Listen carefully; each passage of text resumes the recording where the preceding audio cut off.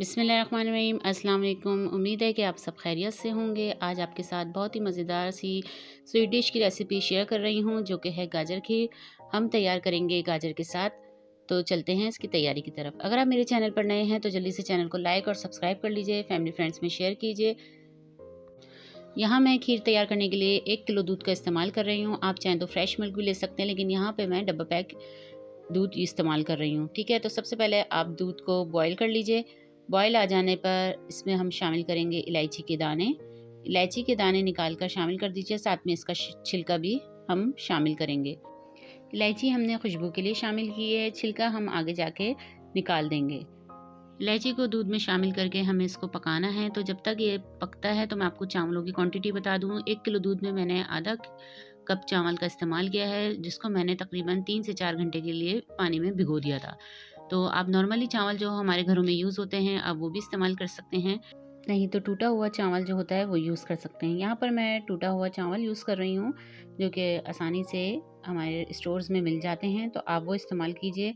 बहुत अच्छे से खीर तैयार होती है। तो चावल को तकरीबन मैंने 3 से 4 घंटे के लिए भिगो दिया था, और भिगोने के बाद देखिए मैंने इसको दूध में शामिल किया है।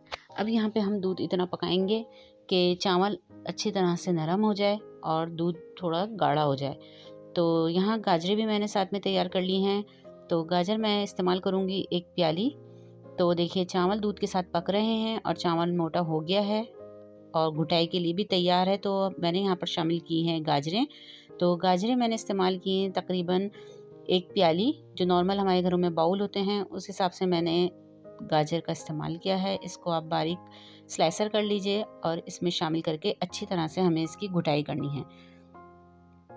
तो देखिए अच्छी तरह से दूध पक चुका है, गाजर और चावल की अच्छी तरह से मैंने घुटाई की है। यहाँ अब मैं शामिल करूँगी चीनी, आधा कप चीनी आप अपने टेस्ट के हिसाब से शामिल कीजिए। अगर आप ज़्यादा मीठा पसंद करते हैं तो आप इसमें थोड़ी क्वांटिटी बढ़ा सकते हैं। यहाँ मैंने आधा कप चीनी इस्तेमाल की है, क्योंकि गाजरें भी हमारी मीठी हैं और फ्रेश गाजरें आ रही हैं, तो जाहिर सी बात है अभी तो मीठी गाजरों का सीज़न है, तो इसी हिसाब से आप इसमें शामिल कीजिए। कि चीनी डालने के बाद हम इसको पकाएंगे और फिर तैयारी पर इसको डिश आउट करेंगे।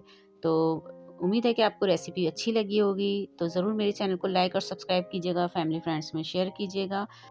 खीर की तैयारी का टोटल टाइम है तकरीबन 25 से 30 मिनट। तो देखिए मज़ेदार सी खीर तैयार हो चुकी है। कलर भी इसका बहुत ही अच्छा खूबसूरत सा आया है, गुलाबी गुलाबी से कलर की ये तैयार हुई है। यहाँ मैंने शामिल किए हैं 2 टेबल स्पून पिसा हुआ कोपरा, वो शामिल कर दीजिए, इससे भी बहुत अच्छा सा इसमें फ्लेवर आता है। तो रेसिपी को ज़रूर ट्राई कीजिएगा, फैमिली फ्रेंड्स में शेयर कीजिएगा, चैनल को लाइक और सब्सक्राइब कीजिएगा। अब हम इसको डिश आउट कर लेते हैं। तो देखिए इसको मैंने डिश आउट किया है और इसको हम सजाएंगे बादाम और खोपरे के साथ, और ठंडी करके खीर को एंजॉय कीजिए। ओके जी, अल्लाह हाफिज़।